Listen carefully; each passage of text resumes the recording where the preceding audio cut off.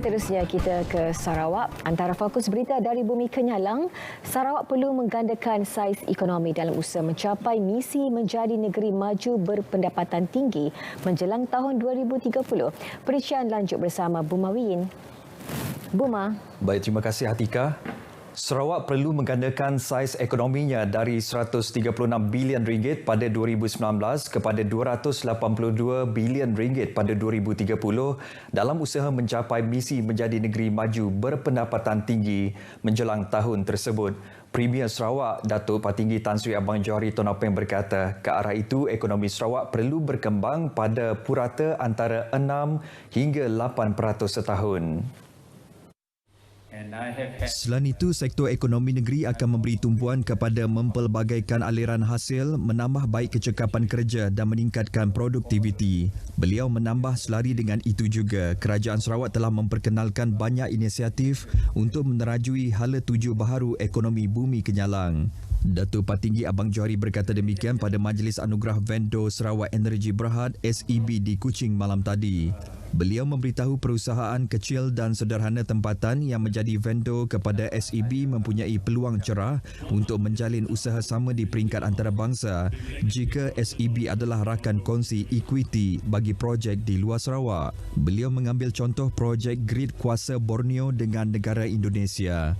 Jelasnya peluang sedemikian adalah tidak mustahil sekiranya vendor terlibat menunjukkan prestasi perkhidmatan yang cemerlang dan konsisten dalam projek tempatan yang dianugerahkan oleh SEB. Kerajaan Sarawak melalui Kementerian Utiliti dan Telekomunikasi dan Sarawak Energy Berhad SEB sebagai agensi sedang mempercepat pelaksanaan projek elektrik luar bandar. Ini penting bagi memastikan akses kepada bekalan elektrik mampu milik boleh dipercayai untuk seluruh Sarawak menjelang 2025. Dapat bersama-sama. Menteri Utiliti dan Telekomunikasi Datuk Julahi Narawi memberitahu antara inisiatif tersebut adalah menerusi pelaksanaan skim dana permohonan tambahan atau lewat ALAF bagi meringankan beban masyarakat luar bandar. Beliau menjelaskan ALAF merupakan program berterusan dilaksanakan secara berperingkat membekalkan bekalan elektrik 24 jam ke kawasan luar bandar bagi pemohon yang tertinggal atau lewat apabila infrastruktur pembekalan elektrik telah siap. Tambahnya, program yang telah diperkenalkan pada 2018 itu telah memberi manfaat kepada 6,800 isi rumah luar bandar daripada lebih 530 kampung di seluruh negeri dengan peruntukan berjumlah RM80 juta di bawah projek rakyat. Datuk Julahi memberitahu demikian pada majlis pelancaran skim ALAF bekalan elektrik luar bandar di kawasan MNM Kopitiam, Jalan Kampung Buntal di Kuching. Beliau turut memaklumkan pihak kementerian dan SEB menyasarkan sebanyak 52 kumpulan pekerja elektrik mahir bagi menyiapkan projek ALAF menjelang 2025. Setakat ini liputan bekalan elektrik secara keseluruhan di Sarawak adalah 98.6% di kawasan bandar dan 96.5% di kawasan luar bandar. Kerajaan Sarawak dalam proses menyusun atur strategi pembangunan semula kampung-kampung di Sarike dengan mempraktikkan konsep pembangunan Darul Hana di Kuching.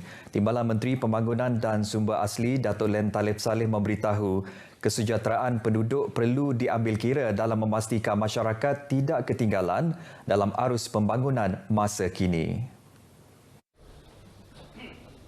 Datuk Len Talif menjelaskan rangka perancangan di bawah rancangan Malaysia ke-12 itu telah dipersetujui selepas dikemukakan kepada Kerajaan Negeri Sarawak.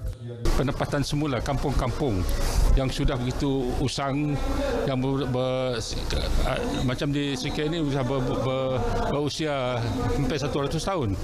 Jadi bermakna jumlah penduduk akan bertambah. Bermakna oleh sebab itulah kita merancangkan kawasan baru ini, kita akan menyediakan prasarana-prasarana yang begitu moden seperti jalan raya yang berturap dan juga sumber-sumber air dan sebagainya, dan juga internet telecommunication. Kerana dalam perancangan ini akan mengalami masa.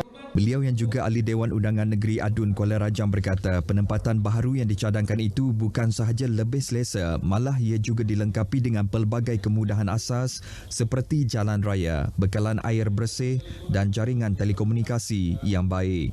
Datuk Len Talif memaklumkan kawasan di Sentebu Sarike yang membabitkan lebih kurang 202 hektar akan dibangunkan oleh Lembaga Pembangunan dan Lindungan Tanah LCDA. Beliau berkata demikian kepada media selepas merasmikan bengkel bagi cadangan projek pembangunan semula Kampung-Kampung Sarike, anjuran LCDA di Sarike Invention Centre SIC.